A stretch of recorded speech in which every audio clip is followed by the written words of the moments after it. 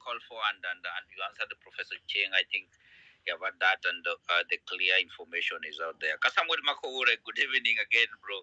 How are you doing? And Chamin, bro. Good evening, Hillary. Thank you, Dr. for that, and for every Kenyan who's listening. I'm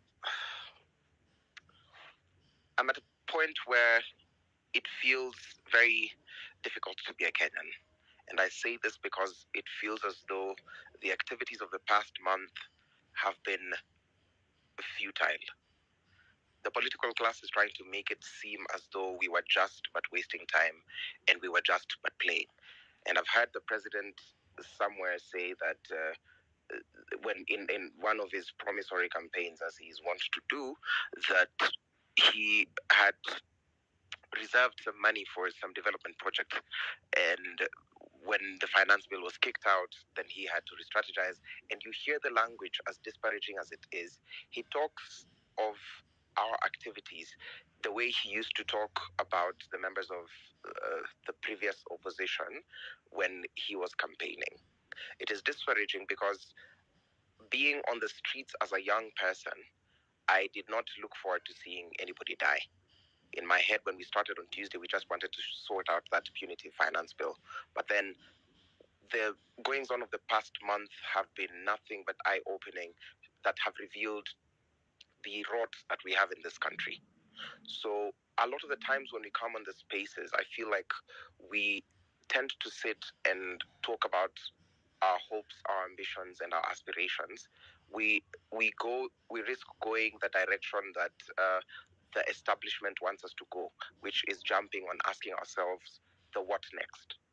We are midwifing a very important process in our democracy, where the Gen Z movement is a vehicle for such an important social change that we ought to now, and I will seek the indulgence of every Kenyan around to figure out ways in which we will survive the now. Because as much as you've had this countless times, I need to remind us that there are people who have died. They've not died, they've been killed by the police. At least 60 people. At least 60 are still missing officially, and hundreds have been maimed and injured and wounded. I think what I would love us to think about, what I would love us to steer this conversation towards, is what are sustainable ways for us to effect these kinds of changes? What are sustainable ways for us to ensure that when we say Ruto must go, when people are paid on the roadside, it does not demoralize us? Because you'll realize that the state has all the weapons, it has all the money, it has most of the influence, but we're at this tipping point where the people have reclaimed their sovereign powers and we're exercising it. And we are seeing through the balderdash that the political class is clamoring to instill in our brains, and the fear that they're trying to instill in us, the brutalization, the criminalization of our rights, the criminalization of us being able to have a flag and us being able to have a voice. And I was talking to someone from the media the other day in an interview, and I told them that the reason why they even managed to advance to parliament and even talk to the police without being tear gassed or beaten is because the government, one, despises them, but two, knows that they own them and they can gag and buy them at whatever time they want.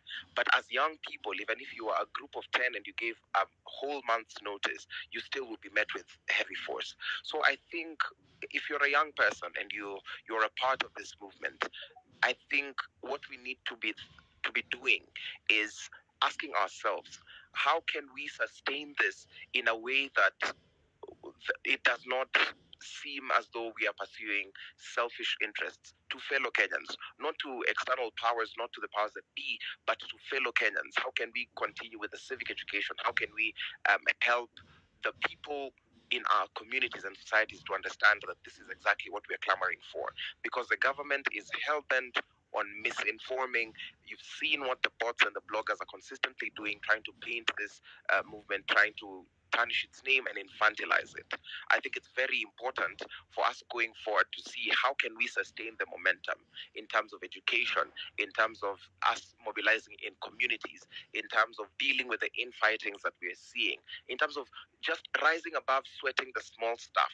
Because if I believe that this change will be made, we're at the point where we will midwife the change.